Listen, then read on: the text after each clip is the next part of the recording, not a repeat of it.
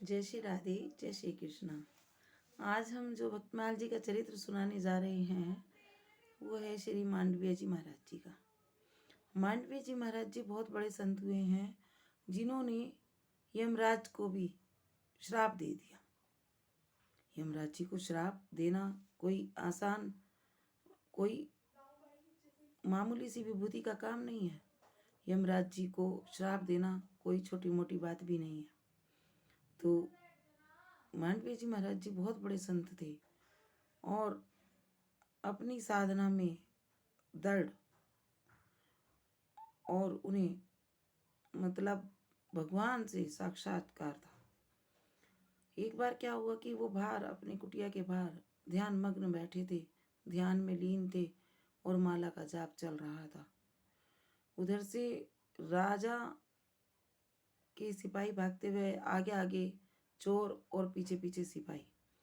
तो चोरों ने जानबूझकर भागते भागते कि कहीं हम पकड़े ना जाएं, मांडवीय जी महाराज जी के गले में जो राजकोष से चोरी की थी उसमें से एक माला हीरो की मांडवीय जी महाराज जी के गले में डाल दी। अब उनके गले में जब माला डाली और भागते भागते कहने लगे ये भी हमारे साथ है, तो सिपाहियों ने मांडवीय जी को भी पकड़ लिया और चोरों को भी कि चलो। अब वो अपनी भक्ति में इतने लीन, इतने नाम जाप में लीन थे कि उन्हें कुछ पता नहीं, कहा चलो तो वो चल दिए। अब उन्हें ना ये पता कि वो कहाँ लेकर जा रहे हैं, ना उनको ये आभास कि क्या चोर और कौन सिपाही। वो चले गए। अब उनको जाकर कारागार में डाल दिया गया। राजा को सारी वार्ता बताई गई। राजा ने आदेश दिया कि जब तुम ने उनको सबूत सहित पकड़ा है तो उनको फांसी लगा दो। अब मेरे यहाँ दरबार में कोई भी किसी की जुर्म करने की कोई गुंजाइश नहीं है और सीधे उनको फांसी दो। अब जो उनके सिपाही थे उन्होंने राजा के आदेश का पालन करते हुए चोरों को फांसी लगा दी। अब वो चोर मर गए, फांसी लग गई। अब वो मांडवीय जी का नंबर आया। मांडवीय जी को जब वो सूली पर चढ़ाने लगे तो जब भी वो सूली पर चढ़ाते जब भी सूली टूट जाती। ऐसा 3 बार हुआ, बनाते चढ़ाते और सूली टूट जाती। अब मांडवीय जी महाराज जी का 3 बार ऐसा हुआ। अब उनकी माला हाथ में और मन श्री चरणों में ठाकुर जी के, तो उनको ना सूली पे चढ़ने में कोई परेशानी, ना उतरने में, ना किसी चीज़ में। तो उन्हें कोई आभास भी नहीं कि उन्हें सूली पर चढ़ाया जा रहा है या क्या। वो तो अवधूत बने हुए थे।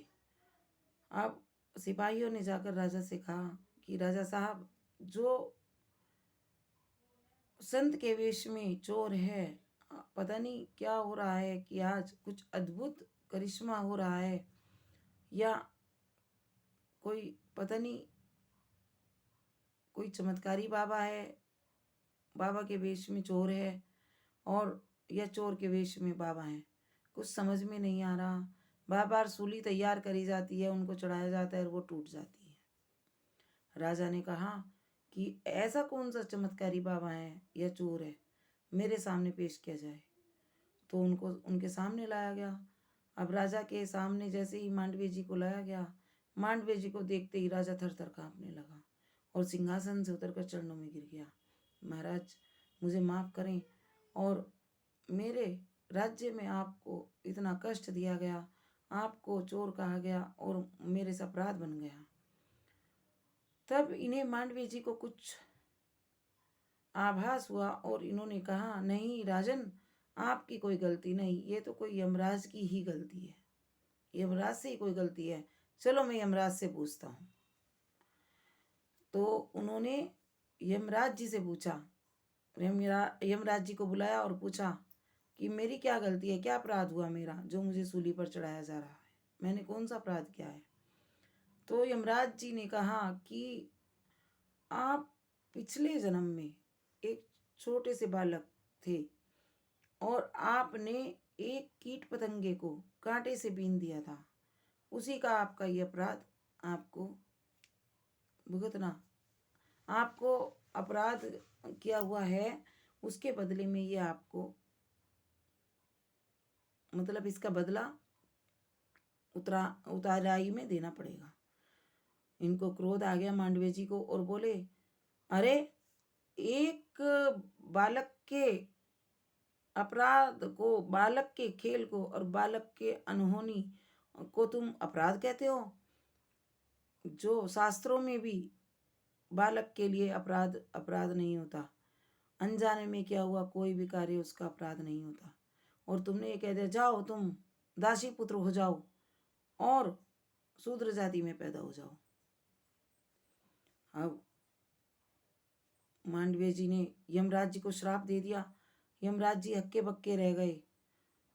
तो उन्होंने कहा, महाराज कुछ तो मुझसे अपराध हुआ है, मैंने आपको जाने बिना ही आपको कष्ट दिया है और आपने मुझे श्राप दिया है, लेकिन इस श्राप का कुछ अंश तो कम कर दीजिए, कुछ तो इसमें सुख दे दीजिए। तब उन्होंने कहा कि देखो, तुम अपने मेरे श्राप को वापिस तो कराया नहीं जा सकता, लेकिन हाँ तुम अपने सामने एक जिस अंश में तुम जाओगे तो उसमें भक्ति तुम्हें भरपूर मिलेगी, ये मेरा वरदान है।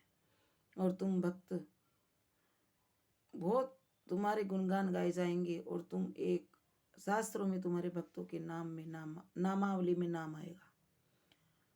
तो और